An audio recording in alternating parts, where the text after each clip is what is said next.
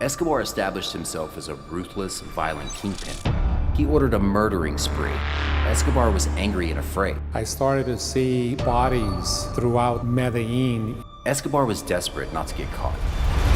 He crossed the line.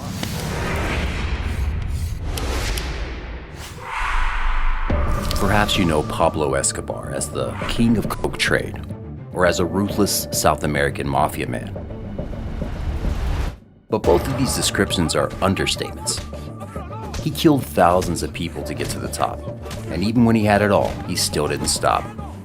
He destroyed anyone who was a threat to his power, and anyone who happened to be around. And as Escobar's victims were piling up, so were the forces united against him. On December 2nd, 1993, Escobar was finally taken down with a shot to the head.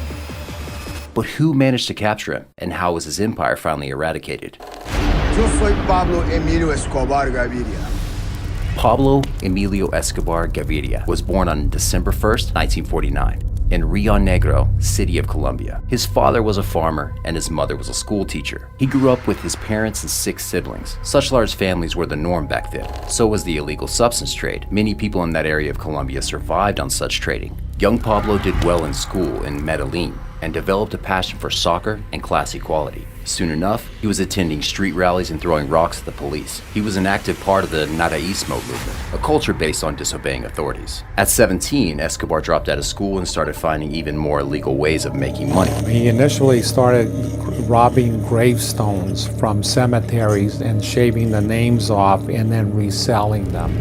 Then he decided he would go into commercial business robbery using his new motorbike. Then he went into stealing cars and even served some jail time for it. The first taste of his ultimate capture. But in prison, he learned even more violent ways of making money illegally. He would steal cars, offer protection against car theft for a price, and give loans. If anyone owed him money, they would immediately get kidnapped. Sometimes they got ransomed. Sometimes Escobar would just kill them just to prove a point. In 1971, he and his cousin kidnapped Diego Echevarria, a rich businessman, and demanded a $50,000 ransom. After receiving it, they beat and strangled Echevarria, then threw him in a ditch. This should have been terrifying for anyone, but Echevarria was extremely hated by the working class people of Medellin, so Escobar was seen as some sort of twisted hero. The same year, Pablo Escobar entered into the substance trade. Came from Peru, from Bolivia, and converting it into cocaine hydrochloride.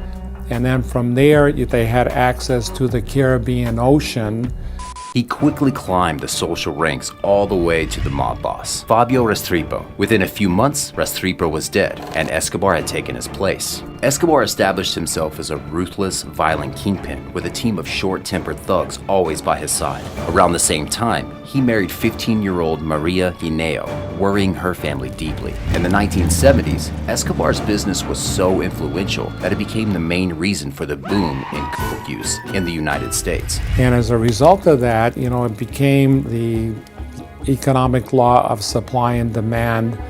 And the Colombian criminals are probably some of the more astute in the world.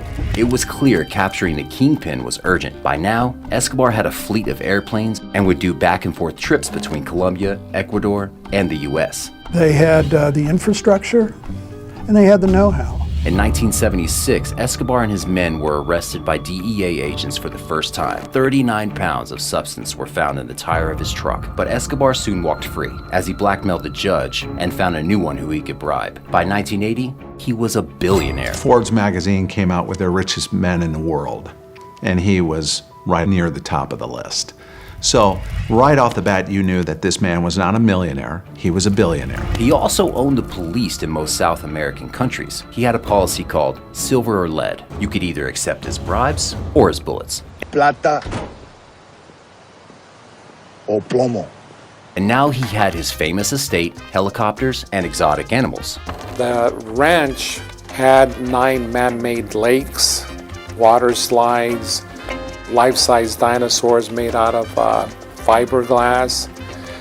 We estimate that he easily spent maybe about $10 million in constructing that ranch. He would build high-end restaurants, discos, and football pitches in Medellin. He even created housing for the poor. It's not difficult to see how many people liked the kingpin more than they feared him. Pablo Escobar exploited poverty. But he was doing that not for altruistic, but for very selfish reasons, to make sure that the people weren't selling him out, that they looked upon him as the Robin Hood, and he had places to go and hide then if necessary. So the next natural step for him was becoming a politician. He founded the New Liberal Party and was elected to Congress. He felt invincible. He wanted to be elected to office so it would bring some sort of legitimacy to Pablo Escobar. In 1983, Escobar had a personal army, and the prospect of capturing him seemed harder and harder. But when he would go to Congress, he couldn't even have one bodyguard beside him. Furthermore, Justice Minister Rodrigo Lora informed everyone that there were serious criminal investigations of Escobar happening in the U.S. at the moment. In April 1984, the Justice Minister, Laura Bonilla, accuses him outright of bribery and corruption. He has signed his own death warrant. Believing he still had the upper hand, he taunted Lora. To be more clear, he sued him. So Lora released everything he knew about Escobar in the local newspapers. This was the beginning of his downfall. Escobar was kicked out of his political party and the U.S. renounced his visa. The Colombian government began seizing his exotic animals too. Lora was working with the U.S., trying to extradite Escobar there to have him tried for selling illegal substances. So in 1984, Escobar had Lora shot and killed in his personal car. He's in his car. The motorcycle weaves to the right-hand side of the vehicle. They open up with an Ingram and shoot Lara Bonilla several times in the head. But he couldn't just get rid of his enemies in the same way he did a decade before. Now, Escobar had directly attacked the Colombian government. He crossed the line. This time, Colombian authorities were determined to collaborate with the DEA and bring him down. Fear of extradition had now become Escobar's biggest fear. He knew the DEA could not be bought. Escobar tried to flee to Panama, but he wasn't welcome there either. Returning home, he asked the Colombian government to protect him in return for his help in ending the illegal substance trade. He would use his money and power to do so, but no one believed he would ever come clean. So the offer was rejected. Escobar fled to Nicaragua, but as he heard the news of his 73-year-old father being kidnapped, he ordered a murdering spree throughout Medellin. His army would kill until his father would be released, and it worked. In 1985, Escobar had over 30 judges killed. All of them were supporting his extradition to the US. In November of that year, a guerrilla group called M19 held the entire Supreme Court hostage. Escobar had paid them $1 million. He wanted the court to renounce the extradition treaty, but what happened was a massacre. 11 justices and 40 rebels died. By 1988, Medellin was in a continuous martial law state, and murders were being reported every single day. I started to see bodies throughout Medellin, and I would leave my house early in the morning and I would see cadavers on the side of the road. Bodies would lie in the street for days, as the police simply couldn't keep up with Escobar's wars anymore. And the kingpin had big fish to fry too. In August 1989, presidential candidate Luis Galan made it clear that if he is elected, Escobar will be on the first plane to the US. During his campaign, Escobar's men climbed Galan's stage and shot him in the head. The Colombian government declared open war against Escobar. The National Police assigned a unit of 200 men to hunt down Escobar. Within 2 months, 30 of them were dead. In November 1989, Escobar's men bombed a plane, killing 110 people. They thought presidential candidate Cesar Gaviria was on the plane. He had canceled at the last minute. He was yet another politician promising to end Escobar, and the kingpin was confident he could just kill him. But by now, the DEA were involved, and the man designated as Escobar's main hunter was Chief DEA Officer Joe Toft. However, even the very ambitious Toft realized that job was going to be a very difficult one. As time went by, it became clear that the corruption factor, the intimidation factor, made all of the normal police work that we would do up there pretty unlikely to succeed. Escobar had men infiltrated everywhere. Whatever would happen within the police, he would somehow learn about it. He seemed to always be one step ahead of the authorities. So the DEA infiltrated his men too. Soon, working with the Colombian government, they were able to seize his estate, money, and illegal substances. And the other thing we were doing, we were trying to seize as much of his dope, as much of his cocaine as possible. And we had, record seizures. Yep, 60 tons of coke were seized. Angry, Escobar put a $700 bounty on every single policeman. By 1991, 457 policemen had been killed in Medellin. But the war was costing Escobar too much too. So in June 1991, he agreed to hand himself in, as long as he doesn't get sent to the US and if he goes to a prison of his choosing. For a brief moment, it seemed like Pablo Escobar had finally been captured, but it was all a ruse. He was sent to La Catedral prison, which had a bar, a football pitch, and a jacuzzi. Oh, and all the prison employees were Escobar's men, and the prison chefs had come from high-end restaurants.